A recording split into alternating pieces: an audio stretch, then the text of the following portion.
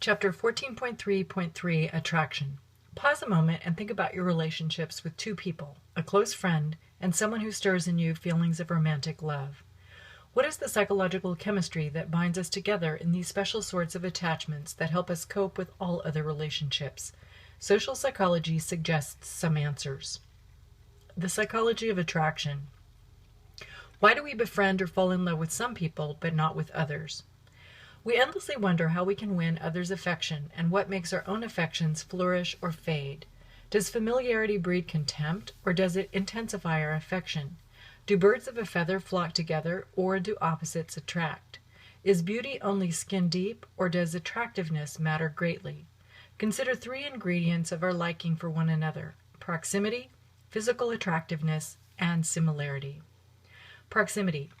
Before friendships become close, they must begin. Proximity, geographic nearness, is friendship's most powerful predictor.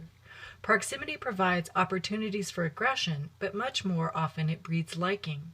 Study after study reveals that people are most inclined to like and even to marry those who live in the same neighborhood, who sit nearby in class, who work in the same office, who share the same parking lot, who eat in the same cafeteria.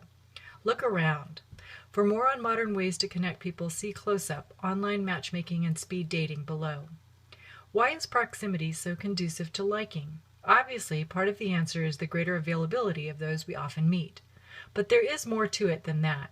For one thing, repeated exposure to novel stimuli, be they nonsense syllables, musical selections, geometric figures, Chinese characters, human faces, or the letters of our own name, increases our liking for them.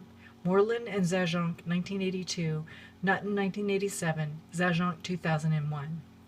People are even somewhat more likely to marry someone whose familiar-sounding first or last name resembles their own. This phenomenon is the mere exposure effect. Within certain limits, Bornstein, 1989-1999, familiarity breeds fondness. Richard Moreland and Scott Beach, 1992, demonstrated this by having 4 equally attractive women silently attend a 200-student class for 0, 5, 10, or 15 class sessions.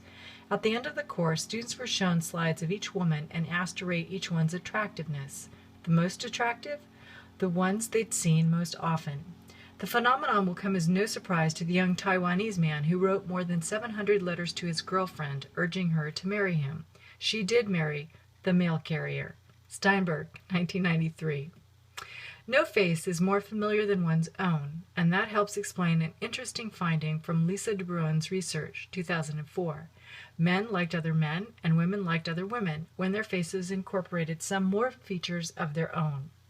When de Bruin, 2002, had McMaster University students play a game with a supposed other player, they also were more trusting and cooperative when the other person's image had some features of their own face morphed into it.